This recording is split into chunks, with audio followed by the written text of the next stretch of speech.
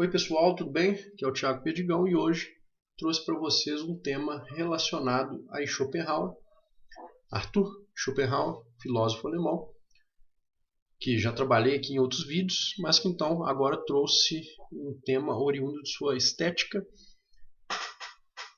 que também é chamado de metafísica do belo, e mais especialmente um tema voltado à questão da genialidade, porque eu nos últimos vídeos tenho trabalhado aí alguns tópicos sobre isso, então acho que Schopenhauer também complementa.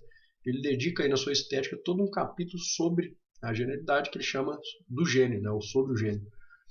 Então ele tem uma teoria bem específica sobre isso, bastante enriquecedora, né, nova para a época dele, da interpretação dele dos indivíduos mais geniais, digamos assim. Né. Há pessoas, obviamente, que acham, né, que este é um assunto às vezes superado, né, que na verdade não existe gênio, que não existe, enfim, essas diferenças, que na verdade todo mundo pode ser um gênio, né, tem essa conversa aí no século XX, mas que hoje em dia, né, até mesmo pelas neurociências, isso aí já está, tanto pela psicologia e pelas neurociências, né, isso aí já está também superado, porque de fato existem, né, por exemplo, na psicologia, superdotados, né, e os superdotados que conseguem elevar ao máximo sua capacidade e deixar obras duradouras para a humanidade são considerados o que a gente chama de gênio. Né? E, de fato, como os estudos de neurociência e psicologia apontam, os superdotados têm inclusive um cérebro diferente. Né? É uma questão fisiológica. Então não é meramente uma questão de conceito, de ideia, de chamar um de gênio e o outro não. Né? Não é isso. É uma questão que, inclusive, está aliada a algo cerebral mesmo. Né? Então, ou seja, tudo isso, né, vai de encontro ao fato de que esses filósofos como Schopenhauer estavam certos, né, em avaliar que existiam indivíduos diferentes, né, em alguns aspectos dos demais, certo? E de fato a genialidade é algo que é estudado desde os antigos, né? Aristóteles já tem um texto que chama, né, o gênio e a melancolia. Né? Platão já tratava daqueles indivíduos ali que podemos, né, tratar como gênios, daí em diante. Então, esse é um tema que perpassa toda a filosofia ocidental.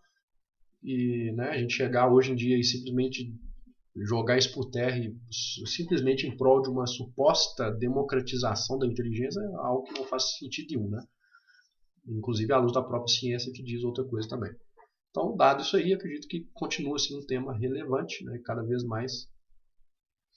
E acredito que isso também nos dá luz aí sobre algumas questões estéticas, né, sobre filosofia da música, filosofia das artes, etc. Então não deixa de ser sempre um assunto aí enriquecedor, interessante até para a gente ter ideia de como foram formadas muitas das obras, né, de arte que já existiram, existem, etc. Né? Isso inclui a literatura também, né? Escritores e daí em diante. Então isso aqui serve, na verdade, para uma generalidade de artes, né? Não é um assunto específico sobre música, por exemplo, né? Mas que vale para todos os tipos de grandes mentes de várias artes. Tá? Então, este aí da objetividade e da intuição, eu acho bem interessante essa visão do Schopenhauer sobre isso. Então, eu vou ler aqui alguns trechos e comentá-los para vocês nesse texto também publicado no Brasil com o nome de Metafísica do Belo, mas esses textos também existem dentro de outras obras dele, de outra obra, né? Na verdade, O Mundo como Vontade de Representação é uma obra de Schopenhauer que já tem ali um capítulo inteiro sobre estética. Tá? Ele vai falar do gênio e daí em diante. Então, separei na verdade dois pequenos trechos aqui onde ele vai sintetizar isso. Tá? Então, o primeiro dele é o seguinte aqui. Ele fala o seguinte: a essência do gênio é a capacidade de apreender nas coisas efetivas sua ideia. E visto que isso só pode ocorrer numa contemplação puramente objetiva na qual todas as relações desaparecem, então o gênio também pode ser definido como a objetividade mais perfeita do espírito, isto é, a capacidade de proceder intuindo puramente, de perder-se na intuição, de abandonar o conhecimento serviço à vontade, isto é, de perder de vista seu interesse, seu querer, fins, etc. Aqui ele tem uma teoria própria, né, desse desinteresse suposto do gênio que eu próprio não levo à frente. Tá? Nas minhas divagações, meus escritos, etc., eu não levo à frente, nem aqui no canal.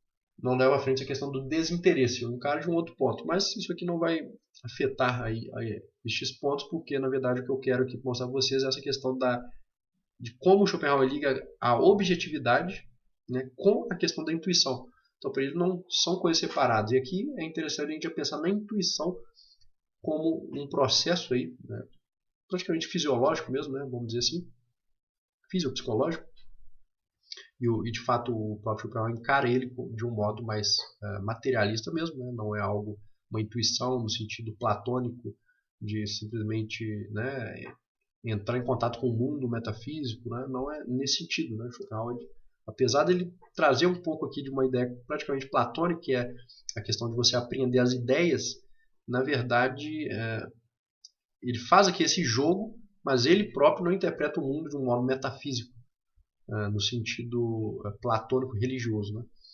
E platônico religioso porque, né, posteriormente se a religião faz essa separação do mundo, né, entre o mundo natural e o mundo espiritual, digamos assim, né? E que Platão já fazia, mas não no sentido religioso, e sim no sentido platônico, que é a separação do mundo entre mundo aí efetivo e o mundo das ideias, né? E Schopenhauer, apesar de se usar essa linguagem platônica, ele traz isso como que dentro de um mesmo mundo, porque quando ele interpreta na sua metafísica o mundo como vontade de representação, né, esta vontade ela já faz parte de um mundo mesmo, ou seja, ela tem uma concretude, digamos assim, né? Ela não é algo que está em outro mundo. Então, apesar dele manter essa divisão, ele está aí pensando uma coisa um pouco mais concreta, né? E aí o interessante é que é o seguinte, ele traz a intuição, que é algo que até então não tinha tanto valor assim, inclusive dentro da própria, né, estética, apesar de que já era algo trabalhado até então, mas digamos, né, que os filósofos ainda tinham aquela visão um pouco mais cartesiana de colocar a razão sob a intuição, né? E isso acaba refletindo também na arte, né? Uma arte que acaba também colocando nesse processo aí de criação algo racional em primeiro lugar, ou pelo menos ter que interpretar os fenômenos por essa perspectiva. Schopenhauer inverte esse pensamento e coloca a intuição em primeiro lugar, né? E não a razão, né? A razão quase como que a posteriori, que viria depois da própria intuição. Então, para ele, a capacidade principal do indivíduo genial, que, claro, podemos pensar para os que não são gênios também, mas que têm um grande talento, né? Que criam, têm uma criatividade alta, etc., né? Todos estes eles têm uma faculdade muito desenvolvida, que é essa faculdade intuitiva, né? Então, através dela que ele apreenderia a relação mais profunda entre as coisas, para então conseguir expor isso em arte. Então, essa questão de uma valoração da intuição mais positiva é muito interessante em Schopenhauer, certo? E aqui então ele faz a ponte entre essa valoração da intuição e a questão da objetividade, ou seja, elas não são coisas separadas, né?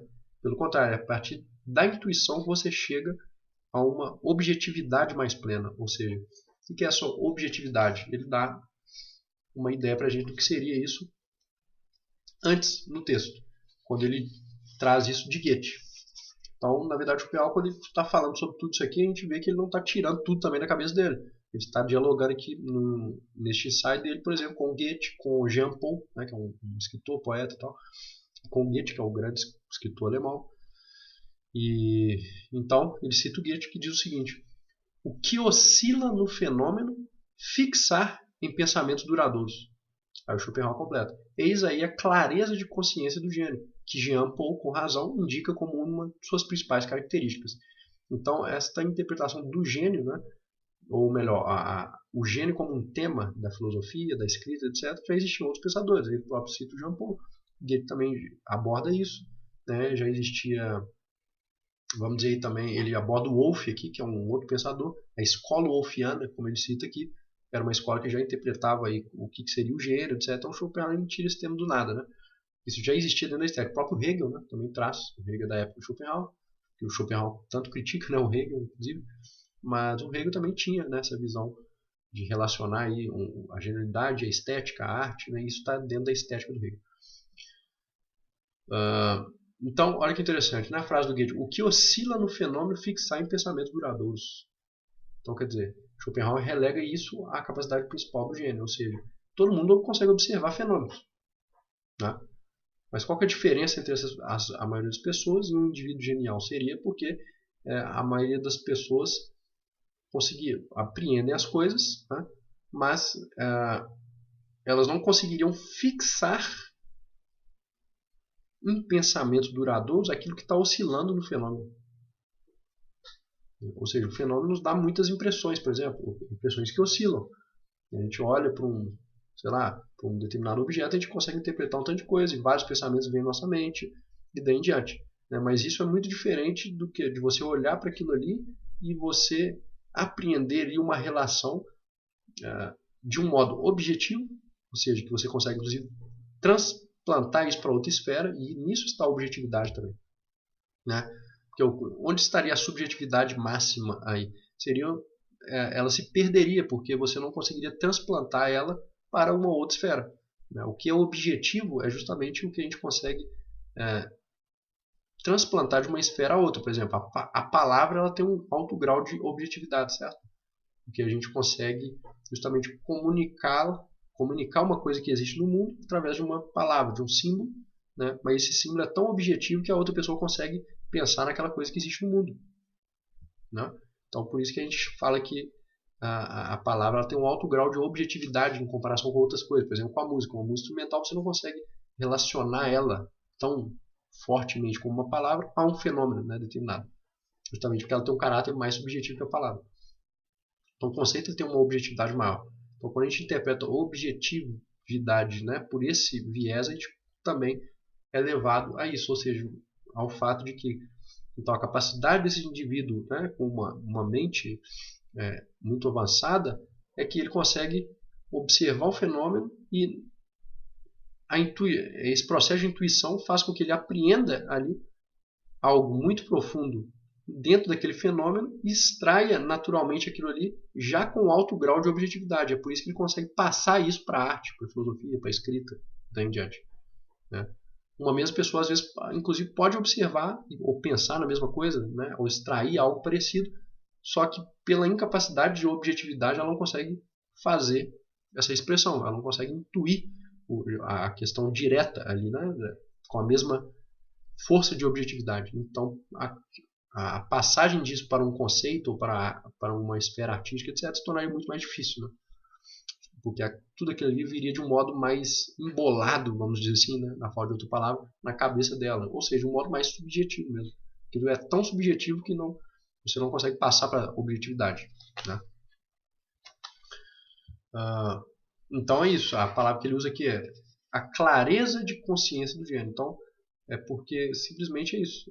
Ele clarifica todo aquele fenômeno de um modo mais fácil. Né? Então, aquilo que é obscuro para os outros, para este indivíduo genial, seria uma questão clara. Certo?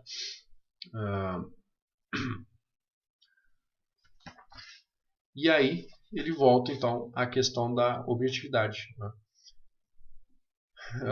Isso a gente tem que pensar, pessoal, de um modo também mais prático, né? Observar grandes obras e tentar ver ali o que tem de mais objetivo ali, né? Onde está essa objetividade da qual está dizendo Schopenhauer? Né? A gente pode, por exemplo, comparar obras. Né? Se você pegar, por exemplo, uma obra mais medíocre, vamos colocar assim, né? Sem querer dizer o que exatamente é o medíocre nem nada, né? Mas comparem uma obra que vocês acham que é mais interessante e uma mais medíocre. Tá? O que muitas vezes ele está diferenciando elas ou diferenciando-as? Muitas vezes é essa incapacidade de objetividade que tem uma obra mais medíocre. Ou seja, o autor muitas vezes ele está tergiversando sobre temas e está fazendo muitas digressões ali, não consegue ir direto na coisa, né, e não consegue apreender o fenômeno de um modo claro.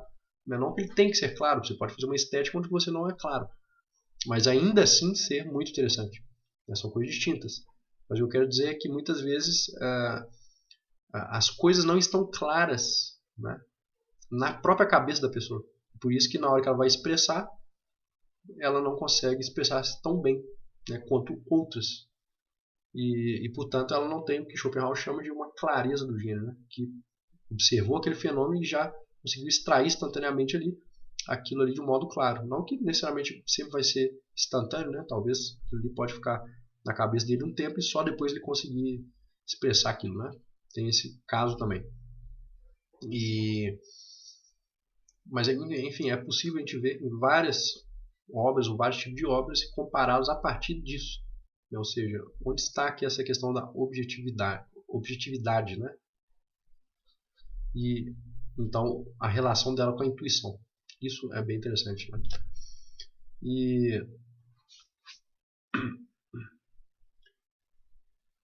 E aí, ele continua aqui e em um trecho bem interessante quando ele fala: é por isso que o homem comum não permanece muito tempo na simples intuição. Por conseguinte, não prende seu olhar por muito tempo ao objeto, mas em tudo que se oferece a ele, procura rapidamente o conceito sobre o qual possa subsumi-lo, então se dá por satisfeito, nada mais o interessando. Com a consideração da vida mesmo enquanto tal, não perde tempo. Então, o que ele está falando aqui? Basicamente que, na maioria das pessoas, ela não permanece muito tempo na simples intuição, enquanto o gênio, para ele, permaneceria justamente nesse processo intuitivo mais elaborado por mais tempo.